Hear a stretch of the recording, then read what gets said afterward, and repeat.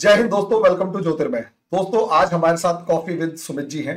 मतलब हम coffee with Sumit ji में अवेलेबल हैं और हम आज सुमित जी के साथ दोबारा बैठ के जब कॉफी पीने वाले हैं और चाइना के चीनी उसके अंदर मिली हुई जब होगी। वैसे तो भैया ने बताया कि चाइना वाले चीनी नहीं पीते, बट चलो नाम में ही चाइना है तो हम चाइना की एक खबर के ऊपर डिस्कस करेंगे। खबर ये है कि चाइना ने एक बड़ा अजीब सा फैसला लिया है और वो अजीब सा इसलिए है क्योंकि हम नॉर्मली डेमोक्रेटिक कंट्रीज में ऐसा कोई फैसला देखते नहीं है और कम से कम अगर होता भी है तो वो ऑफिशियली नाम डिक्लेयर नहीं होता। फैसला ये है कि चाइना की जो कंपनियां हैं प्राइवेट, अब वो भी अपनी आर्मी रिक्रूट कर सकती हैं। They are allowed to recruit their own army. ऐसी खबर दिखाई दी, आई गॉट शॉक्ड। भाई, पहले ही दुनिया की सबसे बड़ी आर्मी है, दुनिया का सबसे बड़ा इंटरनल सिक्योरिटी बजट ही चाइना में खर्च होता है। मतलब जितनी फोर्स चाइना की है उतनी बड़ी फोर्स पॉसिबली, जहां तक मुझे इंफॉर्मेशन है, इंटरनल फोर्स है या इंटरनल सिक्योरिटी से रिलेटेड फोर्सेस के ऊपर एक अच्छा खासा पैसा खर्च होता है। अब फिर भी चलो वो है नहीं है, वो अभी भैया से पूछेंगे। लेकिन दूसरी सबसे बड़ी बात, सबसे बड़ी आर्मी होने के बावजूद अगर जो प्राइवेट कंपनियों को आर्मी रिक्रूट करने की बात की जा रही है और 1000, 2000, 5000, 10,000 भी अगर वो खड़े करते हैं तो 2-4 लाख बंदा तो वैसी कंपनियां ही खड़ी कर देंगे भैया आर्मी की। या हो सकता है कुछ आर्मी किस तरीके से। तो ये खेल क्या है या कोई मिसकंसेप्शन, मतलब एक र्यूमर है या क्या है, उसके बारे में थोड़ा बताइए प्लीज। अरे जी, thank you so much for inviting me today. पहली बात, ये मुद्दा इंपॉर्टेंट है वर्ल्ड के समझने के लिए कि मेंटेलिटी क्या है चाइना की।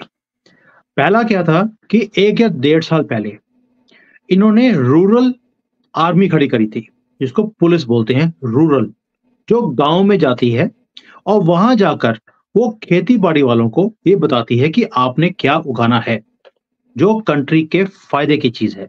आपके फायदे की चीज है या नहीं है, कंट्री को मैटर ही नहीं करता। तो पहले इन्होंने किया कि जैसे हमारे पंजाब में ये किसान है, आज बेफिजूल एक आंदोलन कर रहे हैं सिर्फ इसलिए मैं ना मानूं। सब कुछ दे दिया गया है, सब कुछ है उनके पास। भाई, आप मर्सिडीज में आए हैं, दैट मीन्स कि आपके पास इतने पैसे हैं कि आप मर्सिडीज खरीद सकते हैं, लेकिन आंदोलन करना है और उगाना भी वो है जो कि इनको चाहिए। देश को चाहिए नहीं चाहिए इनको मैटर ही नहीं करता। चाइना में भी ऐसी था। तो इन्होंने रूरल जो पुलिस है वो जाके गांव में जाती है। वहां पर अगर आपने खेती वो नहीं करी जो कंट्री को चाहिए तो उखाड़ कर फेंक देते हैं। और उसके कारण क्या हुआ कि यहाँ पे जो डिपेंडेंसी था इंपोर्ट के ऊपर वो कम हो गया। अब ये एक सक्सेस का एक मॉडल था, जहां पर मुझे पता लगा है कि more than 10 lakh people have been employed all over the country, जो कि रूरल पुलिस के अंदर हैं। तो मुझे लगता है आप अभी भी शायद, Hari ji, you and Indians and Indian media China को अंडर एस्टिमेट करते हैं बहुत ज्यादा। जब आपने अपने ओपनिंग कमेंट्स में बोला कि हो सकता है कि 10-20 हजार आर्मी के, जो प्राइवेट आर्मी है, कॉर्पोरेट आर्मी जिसको बोलते हैं, अगर उसको खड़ा कर दिया जाए तो इससे बहुत 2-3 लाख लोगों को कंट्रोल किया जाता है या कर सकते हैं। You are again underestimating, क्योंकि जब ये प्राइवेट आर्मी खड़ी होगी, ये भी लाखों की तादाद में होगी, हजारों में नहीं होगी। पहली बात तो ये है। दूसरा, क्या ये सच्चाई है? तो आंसर इज यस, ये सच्चाई है। पहले इन्होंने रूरल पुलिस खड़ा किया कंट्रोल करने के लिए, अब ये अर्बन में आ गए हैं कि यहां पर भी चीजों को कंट्रोल में लेकर आया जाए। अब कंट्रोल की जरूरत क्यों पड़ी? उसका रीजन इंटरनल एंड एक्सटर्नल, दो चैप्टर्स में इसको आपको समझना पड़ेगा। इंटरनल में क्या है कि इंटरनल में जो चाइनीज गवर्नमेंट है, उन्होंने एक एग्रीमेंट किया था लोगों के साथ कि आपको क्या चाहिए। मैंने पहले भी बात करी थी, दोबारा करता हूं कि आपको क्या चाहिए, पैसा या फ्रीडम। तो लोगों ने बोला पैसा, क्योंकि उस वक्त चाइना में एक वक्त का खाना मिलता था इनको, एक दिन का, जो कि गवर्नमेंट देती थी टिकट्स के ऊपर। तो लोगों ने बोला हम ऐसे जिंदगी नहीं जी सकते, हमें 3 वक्त का खाना चाहिए और हमें तरक्की चाहिए, पैसा चाहिए, हम फ्रीडम को छोड़ते हैं। तो गवर्नमेंट ने बोला आपकी फ्रीडम होगी मेरे हाथ में, अब आप वो करोगे जो मैं चाहूंगा, और मैं चाहता हूं कि आप भी पैसे कमाएं और जब आप पैसे कमाएँगे, अपॉर्च्युनिटीज़ मैं क्रिएट करूँगा, तो देश भी तरक्की करेगा। तो उसके कारण लोगों की फ्रीडम हाथ से निकल गई। अब आज की डेट में क्या हो रहा है, 25-30 साल तो गवर्नमेंट ने अच्छा काम किया, लोगों ने भी खूब पैसे कमाए। लेकिन आज की डेट में वो जो पैसे हैं, वो मिल बनने कम हो गए हैं। तो जो गवर्नमेंट की कमिटमेंट थी कि फ्रीडम आपकी मैं ले रहा हूँ, आपको मैं पैसे देने की या पैसे कमाने की अपॉर्च्युनिटीज़ दूँगा, वो कम होती जा रही हैं। बिज़नेसेस डाउन चल रहे हैं, रियल एस्टेट डाउन है। आगे जो आउटलुक है बिज़नेस का, वो दिखाई नहीं दे रहा आज की डेट में लोगों को कि अब करें क्या? जो एक ट्रेडिशनल बिज़नेस कर रहा है, वो कहता है कि मैं आज आर्टिफिशियल इंटेलिजेंस में मुझे नहीं समझ आता, मैं कैसे करूँ इसको? How can I shift my self and upgrade my self जो मुझे आप बोल रहे हो करने के लिए, मेरे लिए पॉसिबल नहीं है। तो लोगों ने वहाँ पर हल्का-सा एक विद्रोह जैसे होता है, वो अंदर से एक एक गुस्सा है, विद्रोह तो करने की हिम्मत नहीं है किसी के अंदर, लेकिन गवर्नमेंट को लगता है कि कहीं न कहीं ये विद्रोह की सिचुएशन तक आ सकता है, क्योंकि जब आपके पेट के ऊपर बात आती है, तो कोई भी इस चीज़ को सहन नहीं करता कि भई जब हमने एक एग्रीमेंट आपके साथ किया था, फ्रीडम वर्सेस तरक्की, तो तरक्की तो आपको देनी ही पड़ेगी, नो मैटर व्हाट। तो एक तो ये इंटरनल मैटर है, जिसके कारण इनको लगता है कि अगर कल को कोई विद्रोह हो, कभी भी कुछ हो, तो हमारी जो कंपनीज़ हैं, उसके अंदर आर्मी होगी, विद्रोह शुरू होने से पहले ही उसे कर्ब कर लिया जाएगा। अब ये क्यों हुआ है? जैसे रियल एस्टेट नीचे आया जब, तो लोगों ने जिसने कोई 5 करोड़ रुपए का एक छोटा-सा फ्लैट, उसकी प्राइसेज़ इतनी ज़्यादा थी कि 4-4 5-5 करोड़ रुपए के वो फ्लैट हो गए और उनको ये बोला गया कि अभी खरीद लो, वरना अगले साल में ये 10 करोड़ का हो जाएगा। मैं एक इंडियन टर्म्स में बोल रहा हूँ, ना कि रुपीज़ एंड करोड़ में। तो लोगों ने भी वो सारे मकान खरीद लिए कि भैया 5 की तो हमारी औकात नहीं है 5 करोड़ खरीदने की, 10 में तो बिल्कुल ही हाथ से निकल जाएगा, खरीद लो। अब उसकी 2 साल के बाद उसकी वैल्यू जो 10 करोड़ की प्रॉमिस थी, वो घटकर 3 करोड़ की रह गई है। अब ये लोगों ने बोल दिया कि भई मैंने तो आपके कहने पे ये 5 करोड़ का मकान खरीदा था, मैं इसकी ईएमआई नहीं दूँगा। या यहाँ पर एक और प्रिंसिपल भी है कि जो लोग अपने फ्लैट को बुक करते हैं, वो फ्लैट मिलना है 2 साल के बाद, लेकिन उनकी ईएमआई आज से ही शुरू हो जाएगी। इंडिया में होता है कि आपने आज डाउन पेमेंट किया है, आपकी ईएमआई शुरू होती है जब आपको फ्लैट अलॉट होता है। यहाँ पर उल्टा सिस्टम है। यहाँ पे पहले दिन से आपकी ईएमआई शुरू हो जाती है। अब लोगों ने बोला कि पहली बात तो ये कि ये मैंने घर ले लिया, उसकी वैल्यू आधी रह गई है। उसके बाद रियल एस्टेट कंपनी पूरा करेगी, नहीं करेगी, ये भी पता नहीं है। मैं ईएमआई क्यों भरूँ? तो लोगों ने ईएमआई बंद कर दी और ये जो लोग हैं, इन्होंने भी जिनको मकान अभी मिले नहीं हैं, इन्होंने भी अपनी ईएमआई पे करनी बंद कर दी। तो इसके कारण इनको लगता है कि हमें कहीं न कहीं एक प्राइवेट आर्मी खड़ी करनी पड़ेगी जिसको बोलते हैं आर्मी वर्ड आप यूज़ कर रहे हैं, बेसिकली ये पुलिसिंग है, कि विद्रोह एक आदमी ने किया, विद्रोह हमेशा ही एक आदमी शुरू करता है, बाकी तो सारे पीछे लग जाते हैं, कारवां अपने आप जुड़ जाता है। तो जो एक आदमी शुरू करेगा, कॉर्पोरेट पुलिस को बुलाने की बजाय या आर्मी को बुलाने की बजाय कॉर्पोरेट अपनी ही आर्मी या पुलिस को यूज़ करके उसे वहीं पर दबा देगा, that means nipping the devil in the bud itself in the country. तो ये हो गया रूरल एंड अर्बन। ऐसे ही मैंने रियल एस्टेट बताया है, वैसे ही कंपनीज के अंदर भी हैं, हैं, एम्प्लॉइज काम कर रहे हैं, कंपनीज कब शुरू होंगी पता ही नहीं है। भाई यहाँ पर तो एक कार कंपनी है जिसका पिछले महीने में, पूरे महीने में कार मैन्युफैक्चरिंग कंपनी की एक कार बिकी है पूरे महीने के अंदर। अब वो कंपनी बंद होने की कगार पर है। वहां पर 10,000 आदमी काम करता है। सड़क पे आ जाएंगे तो कहाँ जाएंगे? उनकी स्पेशलाइजेशन है manufacturing of cars, nobody else will take them. तो ये सारे विद्रोह नहीं करेंगे तो क्या करेंगे? तो वहां पर ये आर्मी की जरूरत पड़ेगी, क्योंकि क्या होता है, एक रिपल इफेक्ट होता है एक आंदोलन का। एक शुरू करता है तो बाकी भी साथ में जुड़ जाते हैं। तो इसलिए ये इंटरनल फैक्टर हो गया। अभी इसका एक एक्सटर्नल फैक्टर भी है, जो भी समझना बड़ा ज़रूरी है। एक्सटर्नल फैक्टर क्या है? कि भई चाइना लगा हुआ है इस वक़्त कि मेरा एक दबदबा होना चाहिए पूरी दुनिया में। अब दबदबा कैसे है? जैसे पहले अमेरिकन कंपनीज़ या यूरोपियन कंपनीज़ ने अपने सेटअप्स लगाए चाइना के अंदर जाकर। अभी चाइना में क्योंकि डाउनटर्न है, तो इनकी कंपनीज़ ने दुनिया में जाकर अपनी फैक्ट्रीज़ को लगाना शुरू कर दिया। इंडिया में आना चाहते थे, इंडिया ने इनकी कंपनीज़ को बैन किया हुआ है कि भई जैसे इलेक्ट्रिक कार्स है, हम नहीं आने देंगे। मोबाइल की कंपनीज़ को ऑलरेडी हमने सेटअप करने के लिए यहाँ पर लगा दिया। बट इनको लगता है कि हमारे साथ इंडियन गवर्नमेंट भी थोड़ी-सी दादागिरी कर रही है।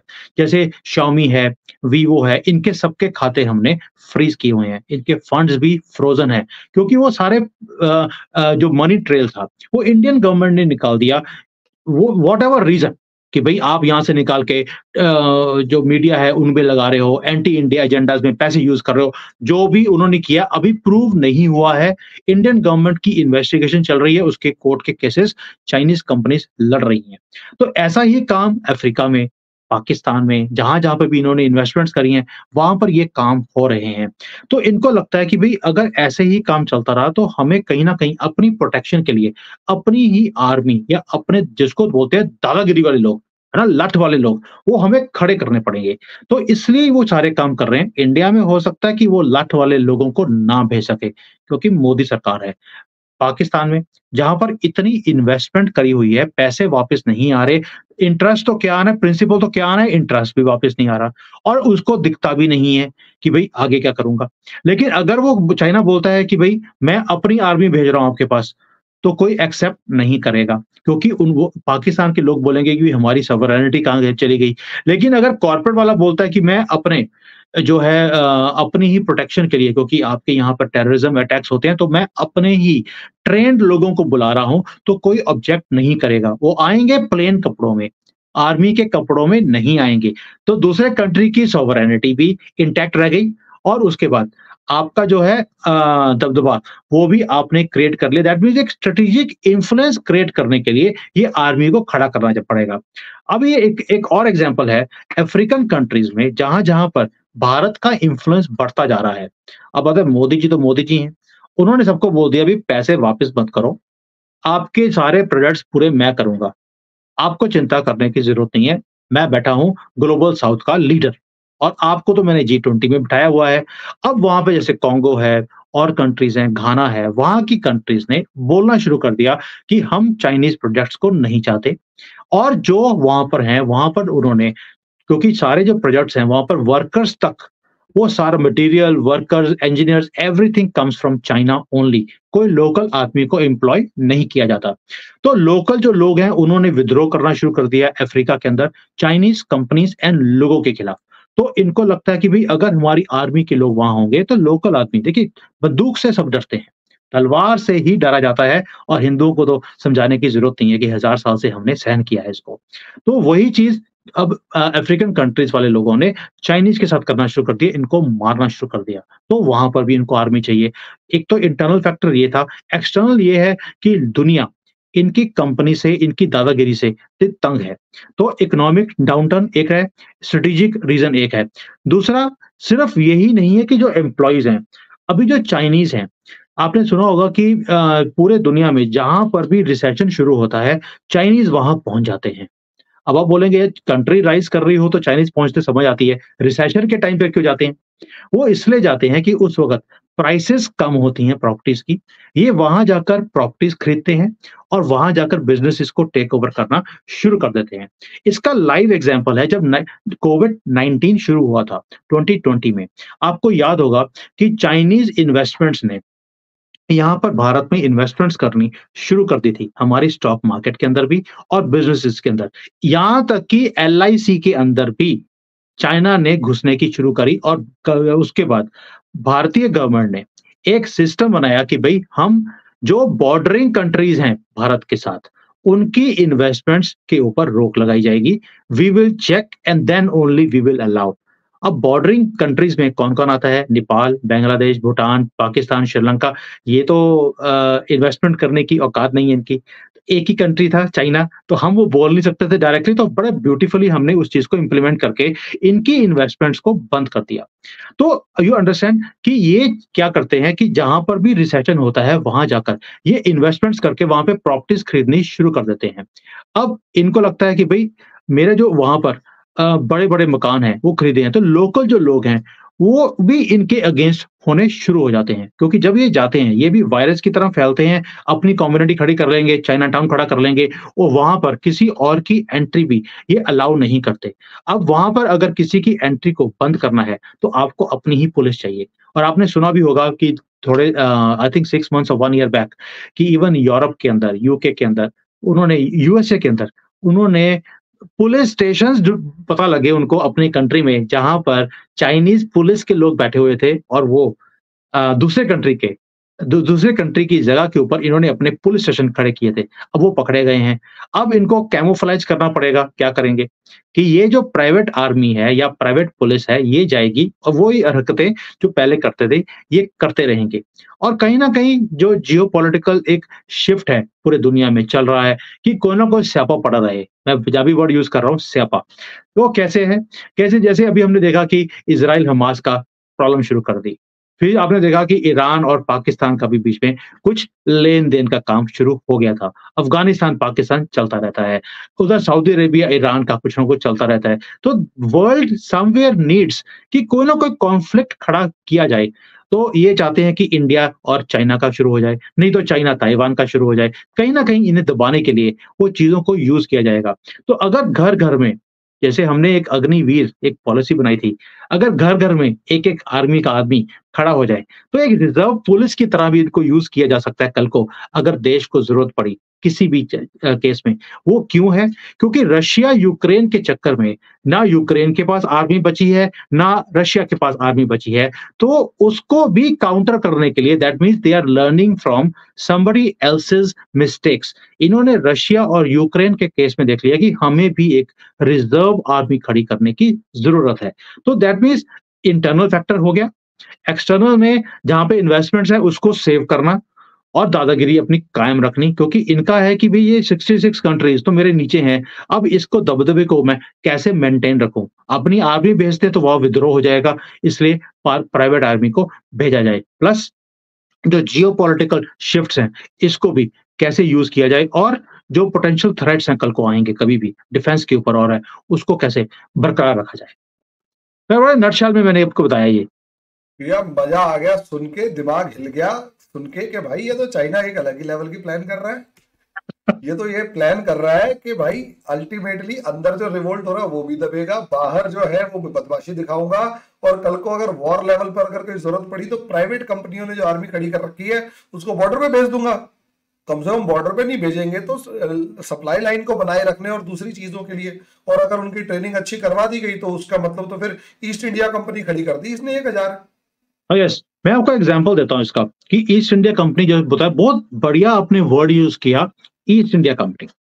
अब होता क्या है, ईस्ट इंडिया कंपनी जब यहाँ पर आई थी भारत में, इन्होंने उस चीजों से सीखा कि वो आए थे यहाँ पर ट्रेडर बनकर और अंदर घुस के उन्होंने पीठ पे छुरा घोंपा। और किया कैसे? भाई हर एक कंट्री में गद्दार तो आपको बड़े फ्रीली मिल जाते हैं और भारत में तो लाइन लगी हुई है। तो ये जाते हैं कंट्री के अंदर, वहां जाएंगे सीएम बने ट्रेडर, हुए हैं। सीएम बने हुए हैं और ईडी से भाग भी रहे हैं आजकल। तो वो क्या करते हैं, जैसे ये पाकिस्तान में गए एज अ ट्रेडर्स और वहां पर ये कंपनी जब एस्टेब्लिश कर लिया, वहां पर जाकर वहां पर वो अपनी आर्मी को भी, जो प्राइवेट आर्मी है प्लेन कपड़ों में आएगी, वो वहां पर घुसोड़ देंगे।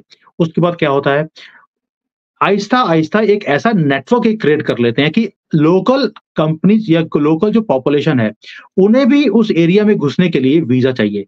ग्वादर उसका बहुत बड़ा एक एग्ज़ाम्पल है कि ग्वादर एरिया में अगर पाकिस्तानी को जाना है, तो उसे वीज़ा लेकर जाना पड़ता है और वहाँ पे जितने भी नेचुरल रिसोर्सेज़ हैं, उस एरिया के, वो सारा चाइना खा गया और लोकल लोग भूखे मर रहे हैं। अब इस सारी चीज़ों को कंट्रोल करने के लिए पाकिस्तान की आर्मी सपोर्ट कर रही है क्योंकि पैसे खाते हैं, बट हर कंट्री में ऐसा काम नहीं हो सकता।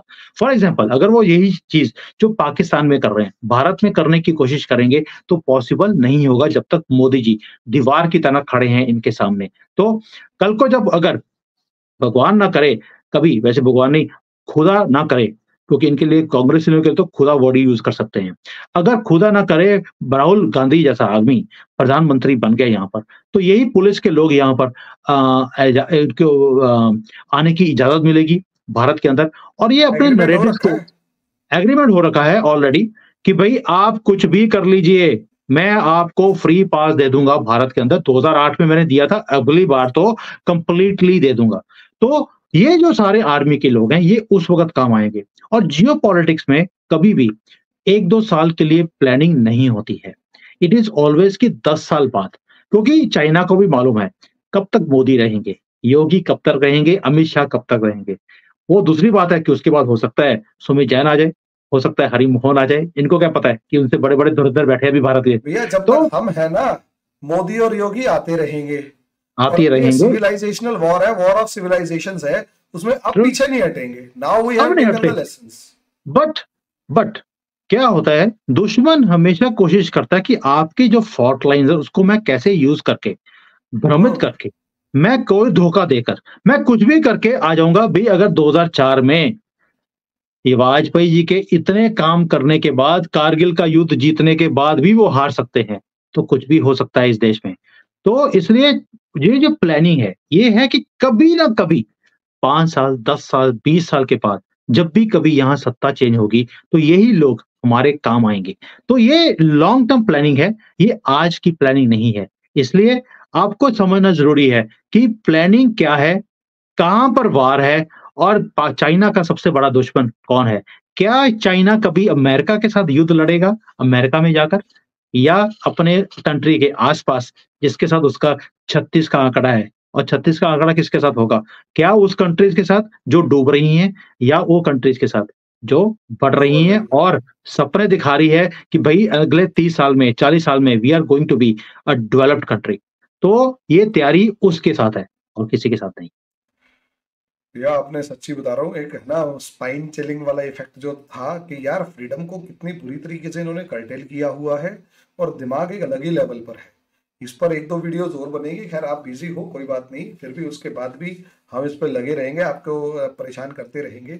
आज के लिए जिस तरीके से भैया आपने 2 मिनट के लिए अंदर टाइम दिया है कि भाई अभी कर ले फटाफट से, उसके लिए बहुत बहुत शुक्रिया आपका, सॉरी बहुत बहुत बिकॉज़ शुक्रिया। मैंने आज क्योंकि ट्रैवल करना है, मेरे पास टाइम नहीं था। अभी मैं मेरा बैंक में मेरा लेक्चर था, मैं वहाँ से खत्म करके मैं आया हूँ। आके मैं रिलैक्स करने लगा तो तुमने पकड़ लिया। मैं कहा भई अब हरि भवन ने पकड़ा है तो हरि जी को बड़ा नहीं कर सकता।